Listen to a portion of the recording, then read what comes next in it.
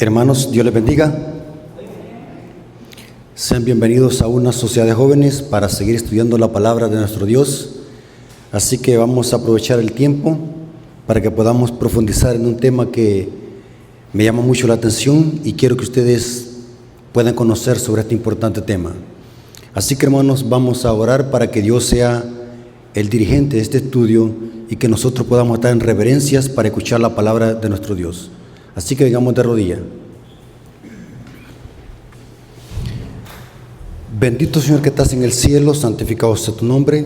Te damos gracias porque nos permites en esta tarde de sábado poder escudriñar tu palabra, poder aprender de ella. Te pedimos, Señor, sabiduría, conocimiento de lo alto para que podamos comprender este tema, podamos ser sabios, podamos ser analíticos, podamos ser llenos de conocimiento para que podamos discernir tu palabra. Te pedimos, Señor, todos estos favores, no porque lo merezcamos, sino los méritos de Cristo Jesús, nuestro Señor y Salvador. Amén. Hermanos, Dios me los bendiga. ¿Cuántos han traído su Biblia? Quiero que la puedan levantar. ¿Para qué la hemos traído? Para estudiarla.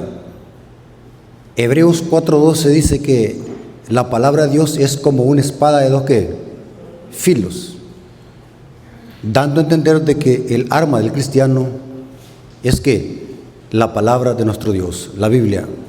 Así que los adventistas del séptimo día nos reunimos ¿para qué? Para estudiar la palabra de nuestro Dios. Eso vamos a hacer en esta tarde. Hermanos, recordemos de que una cosa es leer la Biblia y otra cosa es escudriñarla. Muchas personas leen y leen, pero no comprenden. Una cosa es leer y otra cosa es entender. ¿Estamos de acuerdo, hermanos? Yo conozco mucha gente que conoce la Biblia de principio a fin. Le citan la Biblia al revés y al derecho, pero cuando uno le dice que le explique un texto bíblico, salen con una incoherencia o diciendo cosas que el texto no dice. Por eso es bien importante, hermanos, que nosotros, aparte de leer, podamos nosotros entender. Son dos cosas bien importantes. ¿Cuál es el problema, hermanos, si nosotros leemos y no entendemos? ¿Cuál es el problema si nosotros solamente oímos y no entendemos? Dentro de la iglesia hay una buena cantidad de miembros que por más que se les explique, por más que se les enseñe, no entienden. Pueden haber varios motivos por el cual un miembro de iglesia no puede entender la palabra de nuestro Dios. Uno de ellos puede ser fatiga mental. Otra cosa puede ser de que esté falto de calcio.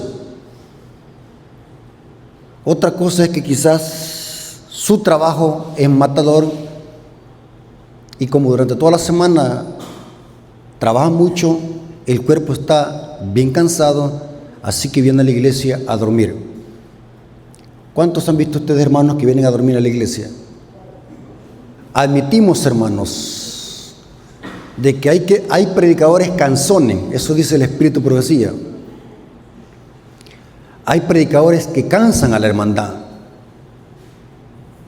Y ahí puede ser el predicador. Y hay que admitirlo, hermanos. Muchas veces nosotros decimos, hermanos, hay que escuchar la palabra de nuestro Dios sin ver a quién. Pero saben, hermanos, que también depende quién la está enseñando. Porque de allí donde viene la palabra que dice, fue usado por el Espíritu. Dice el Espíritu de Profecía que hay sermones. Hay predicadores, dice, que cansan a la hermandad. Y es terrible, hermano, algunas veces uno sin querer, por más que esfuerce según el cuerpo y la mente, cuando estamos escuchando a un predicador que no tiene el don de predicar o no tiene el don de enseñar, lo mata a uno, hermanos, le cae un sueño, pero muchas veces puede ser de que el hermano que esté escuchando la palabra de nuestro Dios puede que también tenga un problema espiritual. Ya sea que está cansado físicamente, ya sea que está falto de vitamina B12, ya sea que está mal alimentado, quizás viene con hambre a la iglesia. Eso influye. Dice el Espíritu de Profecía que venir con hambre a la iglesia, eso hace que la mente no esté atenta, porque la mente está pensando en las tripas. Sí, hermano. Puede suceder también el caso de que alguien venga muy lleno. Cuando alguien viene muy lleno, también da sueño. ¿Cuántos han notado que cuando uno come mucho le da sueño a los 15 minutos? Es porque la cantidad de sangre que debe estar en el cerebro va al estómago. Se concentra en el estómago porque estamos muy llenos, mucho. Por eso dice el Espíritu de Profecía que el plato de comida que se come en sábado debe ser menos que durante todos los días de la semana. Y yo me explicaba, ¿será que esta mujer de dónde sacó esto? Decía yo.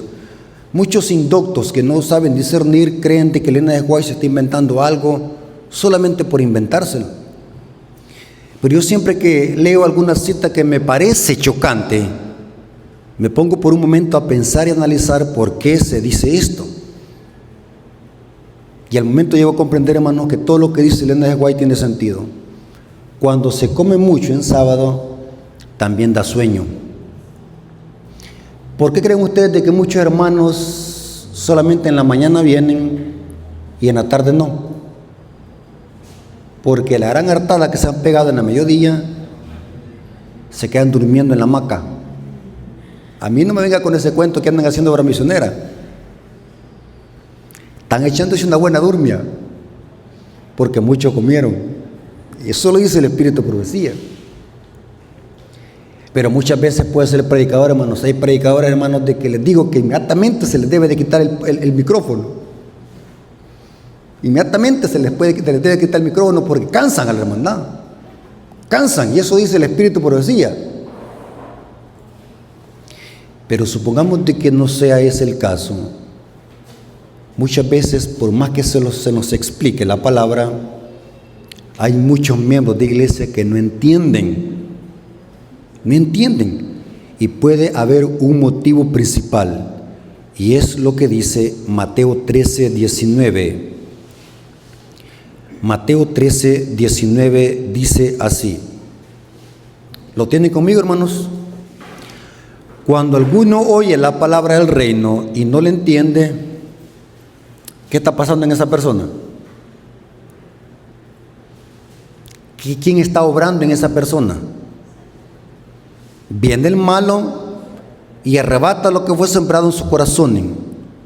Este es el que fue sembrado junto al camino.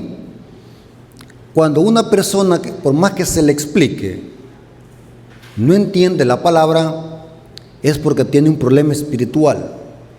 Satanás está obrando en sus corazones.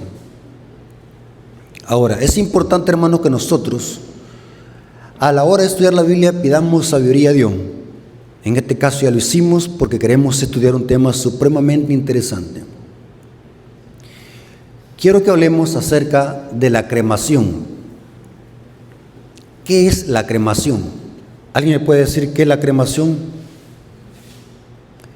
Cremación es incinerar un cuerpo y convertirlo en ceniza.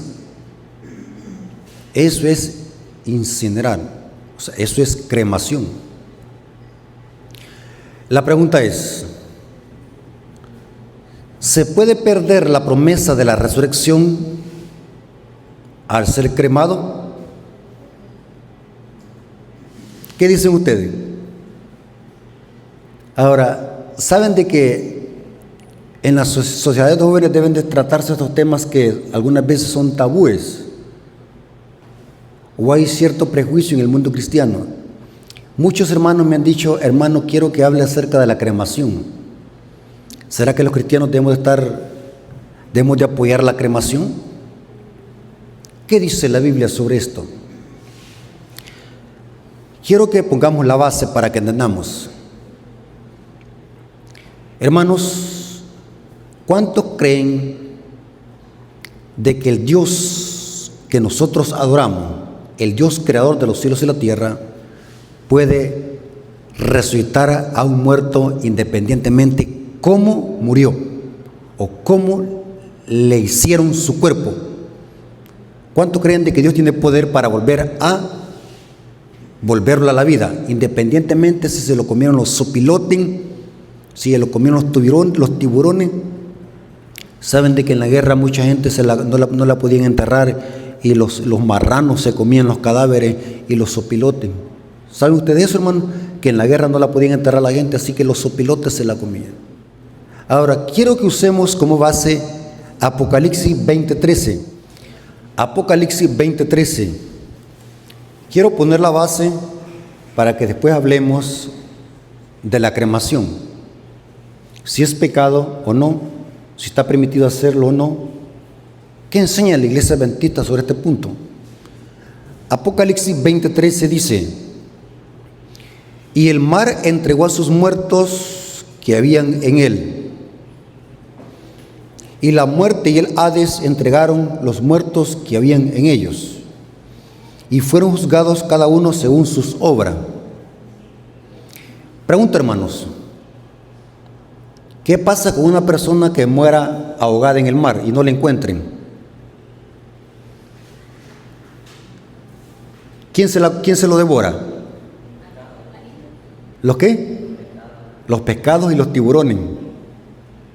Saben de que así como hay zopilotes que devoran los cadáveres, también en el mar hay también peces de que comen cadáveres. Tenemos los tiburones y muchos animales que son carnívoros en el mar. Pero noten que dice el texto que el mar entregó sus muertos. O sea, no importa cómo el cuerpo estaba, para Dios no es imposible volver a traer a la vida un muerto, o sea, que resucite. No importa si murió atropellado, no importa si murió quemado. ¿Saben qué es lo que hacía la Iglesia Católica durante la Edad Media? Quemaba a los cristianos en la hoguera. ¿Sí? No importa cómo la persona murió. Imaginémoslos, hermanos, que las personas que han muerto explotados por una bomba, hecho añicos, pedazos. Gente que ha muerto que fue hecha trizas. Pregunto, ¿Dios tiene poder para volverlos a resucitar? ¿Cuánto creen eso? Dios es el creador y tiene poder para volver a traer un cadáver a un muerto independientemente de la circunstancia en que murió. Aquí dice, el mar entregó a sus muertos. Pero para Dios no hay nada imposible, hermanos. Quiero que entendamos eso, porque esta es la base del tema. Para Dios no hay nada imposible. En este caso, volver a la vida a un muerto, independientemente cómo murió. Colosenses capítulo 1, versículo 16 al 19. Colosenses capítulo 1, versículo 16 al 19. El apóstol Pablo presenta a Cristo como el creador de los cielos y la tierra. Cristo es el creador. Cristo es el único que puede crear algo de la nada. El diablo no puede crear. El diablo lo que hace es modificar y transformar la materia. La ley de la conservación de la materia dice en la física que la materia no se crea ni se destruye, sino que se transforma. Porque el ser humano no puede destruir lo que Dios ha creado. El diablo lo que hace es transformar la materia, desfigurarla, pero no puede crear ni destruir. El único que puede crear y destruir eso que ha creado es Dios, por ser el creador. Colosenses capítulo 1, versículo 16 al 19 dice: porque en Él fueron creadas todas las cosas. ¿Quién es Él? En Cristo. El Padre habló y Cristo creó, porque en Él fueron creadas todas las cosas, las que hay en los cielos y las que hay en la tierra, visibles e invisibles. Pregunta, hermano, ¿un ángel puede crear? ¿Pero un ángel puede ser destruido por Dios? Sí, si fue creado puede ser destruido. Noten este principio. ¿Un ángel es inmortal? Sí y no. Porque la inmortalidad de los ángeles depende de la fidelidad a Dios. ¿Qué pasa si un ángel se rebela contra Dios? ¿Qué es lo que le va a pasar a la tercera parte de los ángeles? ¿A dónde van a ser echados? Al lago de fuego. Pregunta, hermano, ¿los ángeles tienen cuerpo físico? Sí, para que sean reducidos a ceniza tienen que tener cuerpo físico. Lo que pasa es que no es como nosotros el cuerpo, pero tienen un cuerpo físico. Los ángeles van a ser quemados a ceniza. Pero si los ángeles tienen un cuerpo físico, no sabemos de qué materia están creados, pero tienen un cuerpo físico, porque dice que van a ser quemados, van a ser calcinados. Lean la Biblia. Y un espíritu, en el sentido que no tiene cuerpo, no puede ser destruido. ¿Me doy a entender, hermanos? Ahora, Dios crea materia. Los ángeles son materia, pero no sabemos de qué están hechos. Lo que sí la Biblia me dice que los ángeles tienen un cuerpo físico. Inclusive la Biblia dice, y el Espíritu de Profecía dice, que los ángeles aún se visten con ropa. Pero no es ropa como la que nosotros usamos, sino que es ropa de luz y gloria. ¿Note qué interesante? Muchos profetas vieron a ángeles. Jacob luchó con el ángel de Jehová. Moisés vio al ángel de Jehová. Josué vio al ángel con una gran espada. ¿Sí? Aquí dice el apóstol Pablo que Cristo ha creado las cosas que hay en los cielos y las que hay en la tierra, visibles e invisibles. Sean tronos, sean dominios, sean principados, sean potestades, todo fue creado por medio de Él y para Él. ¿Cuánto, hermano? Todo fue creado por medio de Él y para Él. Y Él es antes de todas las cosas, y todas las cosas en Él subsisten. Y Él es la cabeza del cuerpo, que es la iglesia, el que es el principio, el primogénito, el protócocos, el primogénito entre los muertos, para que en todo tenga la preeminencia, por cuanto agradó al Padre que en Él habitase toda la plenitud. Estoy usando esta cita para mostrar, hermanos, que para Dios no hay nada imposible en volver a resucitar a alguien, independientemente cómo murió. Ahora, hablemos de la cremación. ¿La cremación qué es? Cada día la gente está optando. Escuchen lo que les voy a decir, hermano. Esta información es importante que la escuchen. Cada día la gente está optando por cremar a sus muertos. Lo ven como una opción mejor que un funeral tradicional. La pregunta es, ¿deben los cristianos optar por la cremación? ¿Qué dicen ustedes? ¿Deben los cristianos optar por la cremación? ¿Será que es pecado? ¿Va en contra de los principios bíblicos? ¿Qué dice Dios en su palabra? Y saben lo interesante, hermano. Este es un aproximado, no es algo real, es un aproximado. Se cree que en 10 años un 70% de la población mundial optará mejor por cremar a sus muertos que por un funeral tradicional. Y vamos a ver al final por qué la gente está optando por la cremación. Interesante, muy interesante. ¿Sabe, hermanos, que la gente que se muere en el extranjero, estaba preguntando yo, investigando, cuánto cobran por traer un muerto del extranjero para acá? Qué terrible, hermano. Vale más un muerto que un vivo. Cobran más por traer un cadáver acá que por llevarse un vivo para allá. Ahora, interesante. Vamos a ver lo que opinan algunos cristianos. El hecho de que alguien tenga una opinión no significa que esa opinión sea la correcta. ¿Estamos de acuerdo? Y quiero decirles, hermanos, que van a escuchar el video, y ustedes también que están escuchando la predicación, que el tema de la cremación no es tema de doctrina ni salvación. Usted puede tener un punto de vista diferente que el mío, y tranquilo. Usted no puede decirte que yo estoy mal, ni tampoco yo puedo decir que usted esté mal, simplemente son criterios. Porque este tema no es punto de salvación, no es punto de doctrina. Eso no significa que no vale la pena estudiarlo. ¿Estamos de acuerdo? Son temas que como cristianos a muchos se hacen esta pregunta. Porque en muchas naciones se está haciendo imperativo esta costumbre de que están viendo como una opción mejor y más ahorrativa cremar a sus muertos.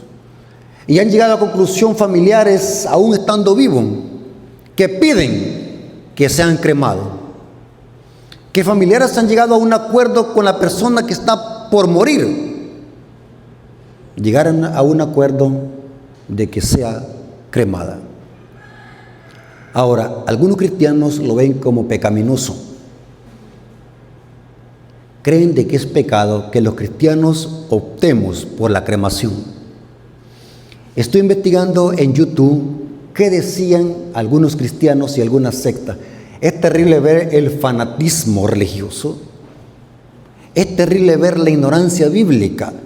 Cómo personas hacen doctrina de textos sacados de contexto, simplemente por una opinión prejuiciada, y le imponen. Por eso es que yo siempre le he dicho, hermanos, y eso lo dije al principio de esta clase, una cosa es que alguien me cite la Biblia y otra cosa es que alguien me explique la Biblia correctamente. Porque eso de citar textos a lo loco, eso lo puede hacer hasta un loro. Ahora, antes de traer este tema aquí al púlpito, yo le pedí dirección a Dios para poderles a ustedes enseñar lo correcto.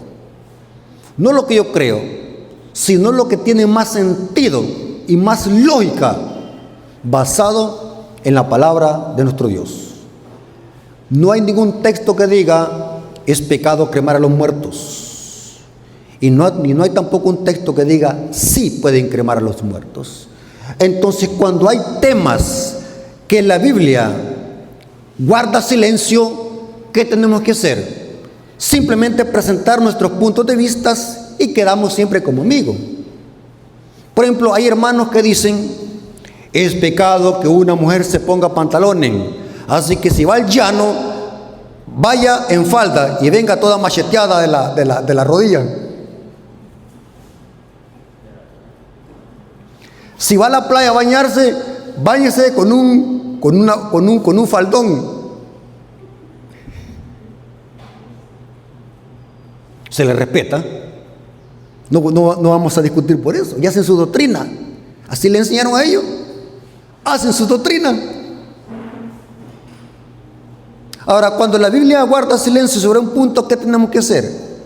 Simplemente dar nuestra opinión. Yo creo esto y es por esto, pero hay quienes dicen, no, eso es pecado, eso es idolatría, estás pecando. Cuando la Biblia no lo dice eso. El tema de la cremación tiene que ver más con un aspecto cultural y moderno. Ahora, es interesante, hermanos, vamos a leer dos citas bíblicas. Escuchen lo que les voy a decir. Algunos han sugerido que es pecado cremar a los muertos usando un texto bíblico que está en Amós 2:1. Mire qué interesante.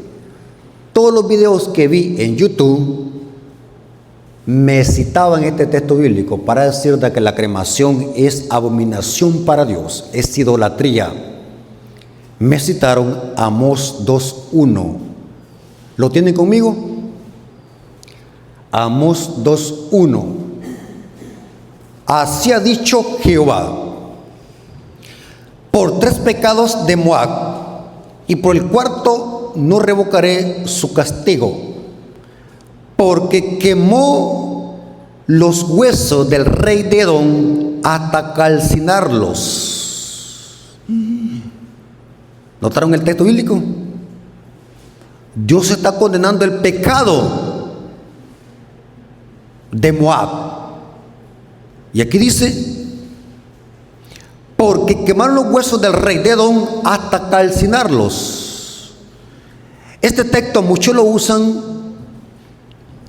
los que están en contra de la cremación lo usan para decir de que es abominable para Dios cremar los muertos, porque ya muerto, el muerto no siente nada.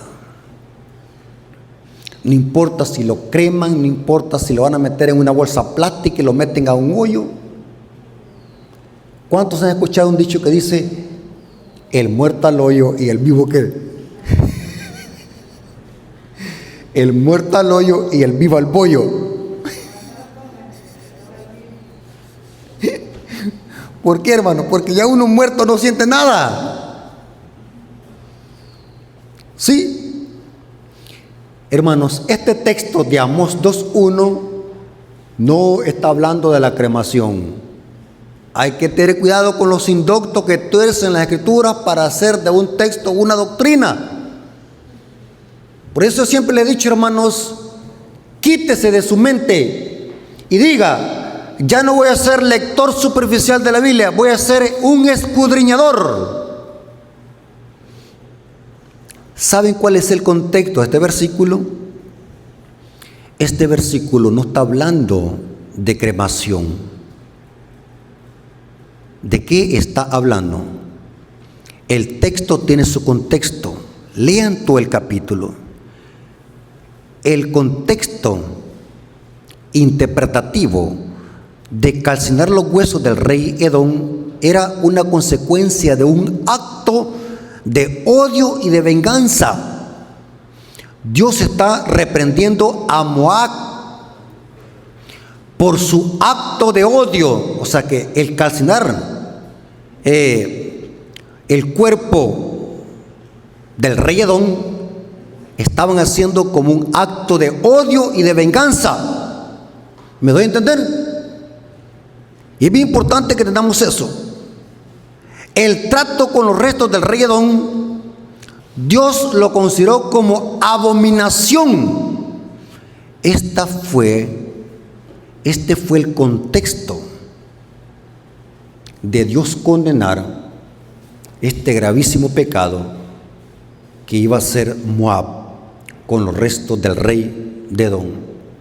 O sea, iban a quemarlo porque estaban con un gran odio.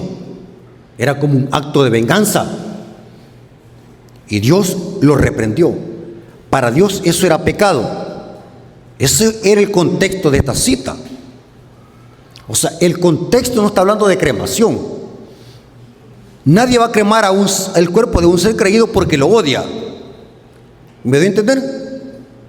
Es bien importante que nosotros entendamos el contexto de cada cita para que no podamos hacer una mala interpretación. Ahora bien, escuchen lo que les voy a decir. Vamos a ver otro texto bíblico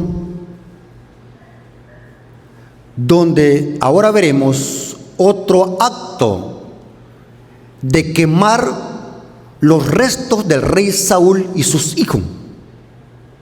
Y vamos a ver que ahora sí Dios aprobó este acto y lo aprobó como un acto de misericordia. Noten que es diferente el contexto. Al quemar los restos del rey de Edom, Dios llamó a ese pecado abominación, porque era un acto de odio y venganza.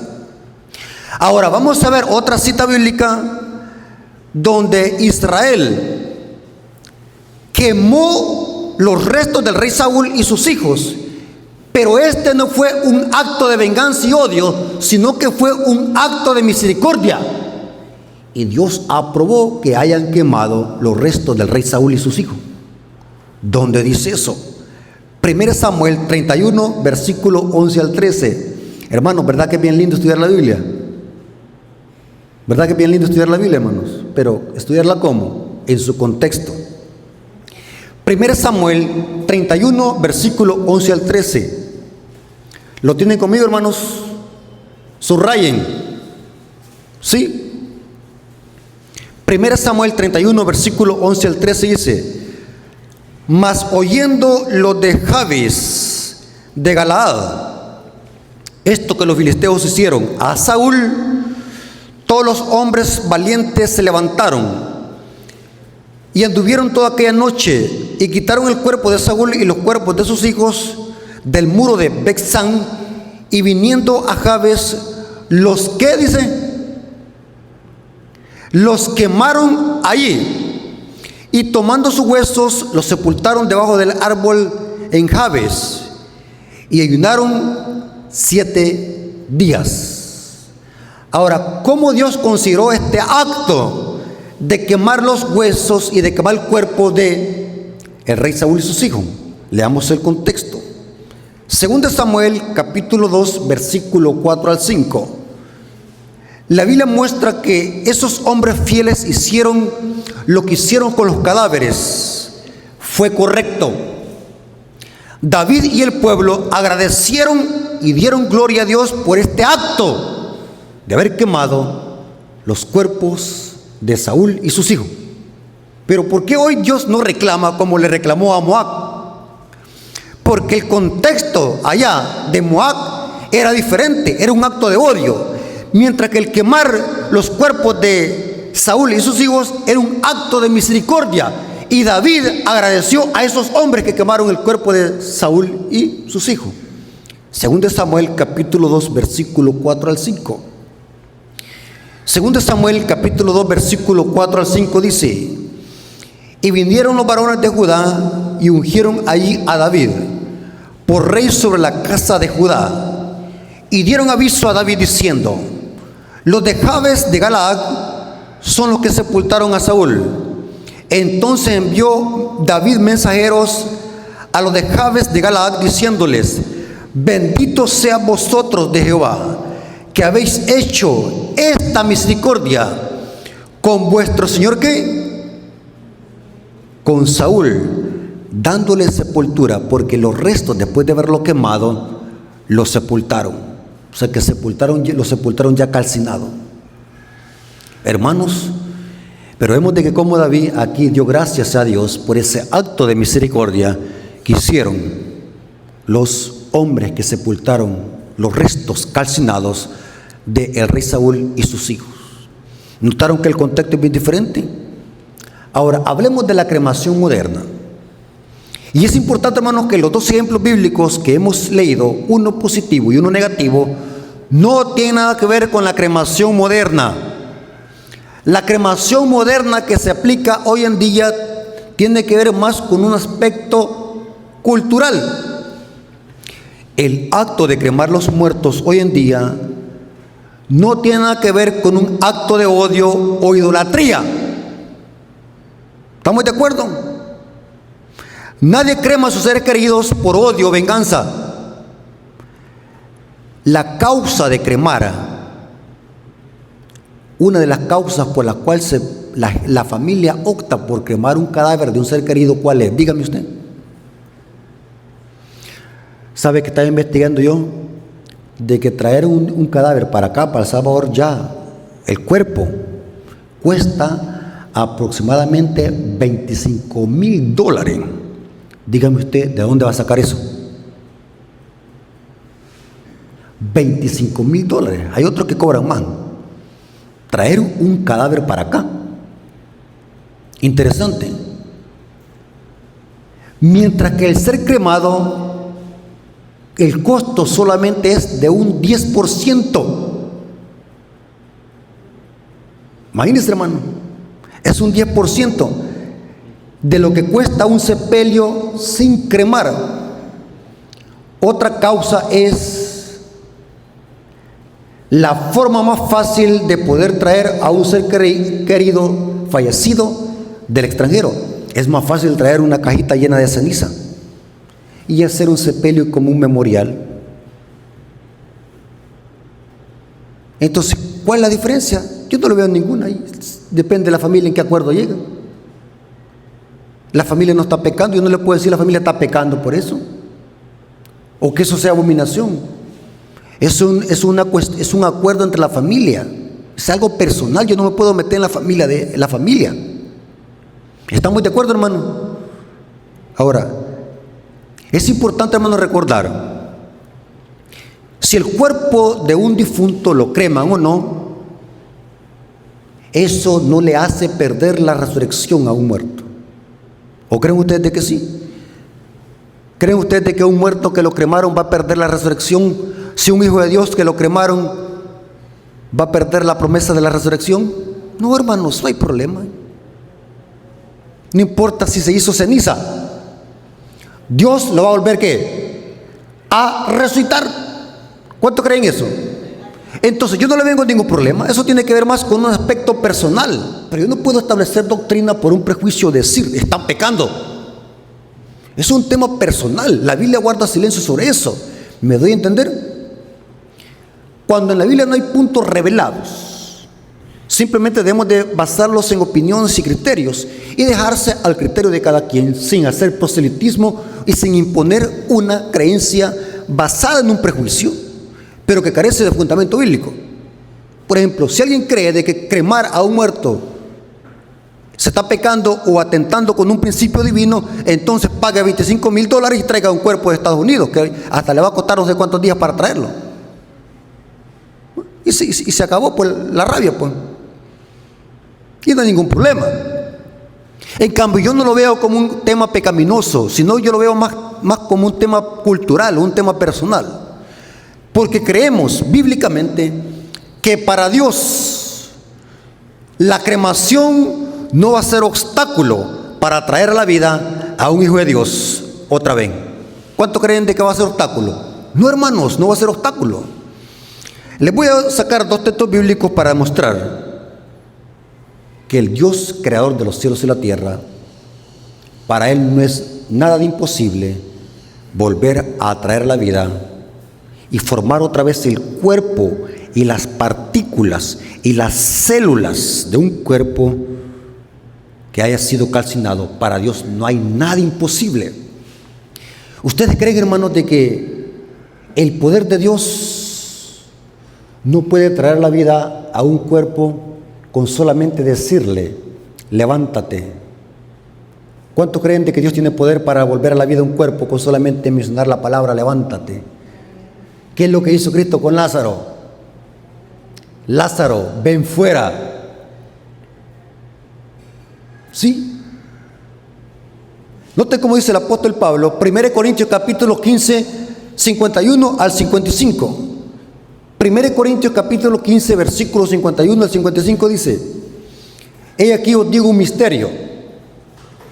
No todos dormiremos, pero todos seremos transformados. En un momento y en un abrir y cerrar de ojos, a la final trompeta. Porque se tocará la trompeta. ¿De qué evento está hablando aquí Pablo?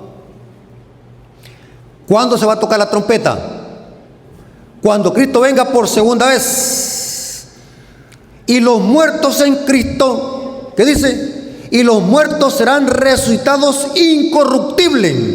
Pregunto, ¿esto aplica a un cuerpo que fue cremado? ¿Dios lo puede traer otra vez a la vida? ¿O creen ustedes de que Dios va a poder decir ahí, aquí me pusieron una tarea difícil, no puedo traer a la vida a un cuerpo que fue calcinado?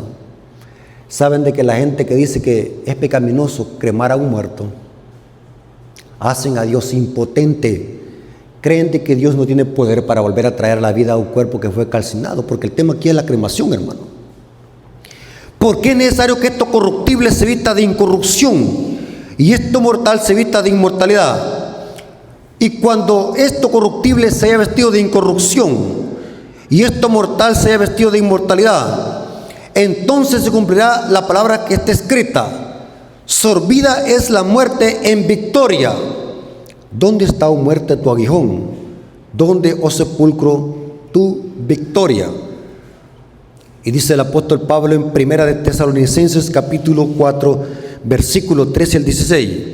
Primera de Tesalonicenses capítulo 4, versículo 13 al 16 dice: tampoco queremos, hermanos, que ignoréis acerca de los que duermen, para que no os entristezcáis como los otros que no tienen esperanza. Porque si creemos de que Jesús murió y resucitó, así también traerá Dios con Jesús a los que durmieron en él. ¿Saben, hermanos, que un cuerpo que ha sido calcinado, quizás en la tierra que haya no existe? Igual como una persona que ha sido enterrada con su cuerpo entero, ya no existe tampoco. Ya no existe tampoco. Sí, el proceso que lleva el cuerpo cuando lo entierran por completo, se empieza a descomponer los gusanos, el último que se pudre. Saben de que lo último que se desaparece son los huesos y el cabello. Se cree de que el cabello aún sigue creciendo. Cuando una persona es sepultada, el cabello sigue creciendo. El cabello es lo que dura más en un cadáver, pero se deshace. Se deshace. La ceniza va al polvo y el cuerpo también va al polvo. O sea, no importa. Yo no le veo ningún problema, porque los muertos en Cristo resucitarán primero. ¿Estamos de acuerdo? La cremación no es obstáculo para la resurrección. Ahora, ¿qué queremos decir con esto, hermanos? La cremación hoy en día se está haciendo un tema, una opción para muchas familias en el mundo entero. Están optando por una cremación. Es importante, hermanos, que cuando un familiar pide que sea cremado, hay que respetar su decisión cuando estaba en vida. Yo no le veo ningún problema. ¿Han visto ustedes cuando alguien es cremado, el poquito de ceniza que se hace? Porque la mayoría de nuestro cuerpo es agua. Somos un 85% agua. Somos más agua. O sea que en materia somos poquito. O sea, cuando un cuerpo se calcina, se crema, es un poquito de ceniza. Se mete, fíjense que hasta se ocupa menos espacio, ¿verdad? Y no estar comprando una sepultura grande. ¿Sí? Ese es el concepto que yo le veo más lógica, pero no podemos decir de que sea pecado eso. La mayoría de videos en YouTube dice idolatría y tuercen la Biblia, cuando el texto bíblico habla de otra cosa en Amós 2:1. Hay que tener cuidado, hermanos, con torcer la Biblia. Cuando la Biblia guarda silencio sobre ciertos puntos, la Iglesia Adventista lo deja a consideración de cada miembro de iglesia, siempre y cuando el miembro de iglesia no haga proselitismo y no haga doctrina con respecto a ciertos puntos personales o criteriales. Hay muchos temas de que la Iglesia Adventista guarda silencio y lo deja a criterio de cada miembro de iglesia. Por ejemplo, hay quienes condenan de que es pecado ir a votar. Yo no tengo problema. Si usted cree de que es pecado ir a votar por los gobernantes, no lo haga. Hay otros hermanos que pueden decir que no es pecado. O sea, la Biblia guarda silencio sobre eso. Lo que sí la Biblia y el Espíritu de profecía condena es que nosotros nos unamos en yugo desigual con los incrédulos, o sea, que andemos metidos en política.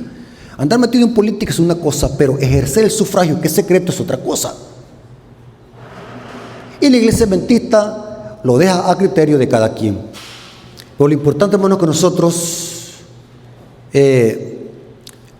nos dejemos guiar por los principios bíblicos y tengamos un criterio basado en la palabra de Dios, sin hacer prejuicios. Así que, hermanos, Dios les bendiga. Espero que este estudio hayamos comprendido y hayamos llegado a una conclusión más lógica y más acertada a la palabra de nuestro Dios. Dios nos bendiga y que la honra y la gloria sea para nuestro Dios.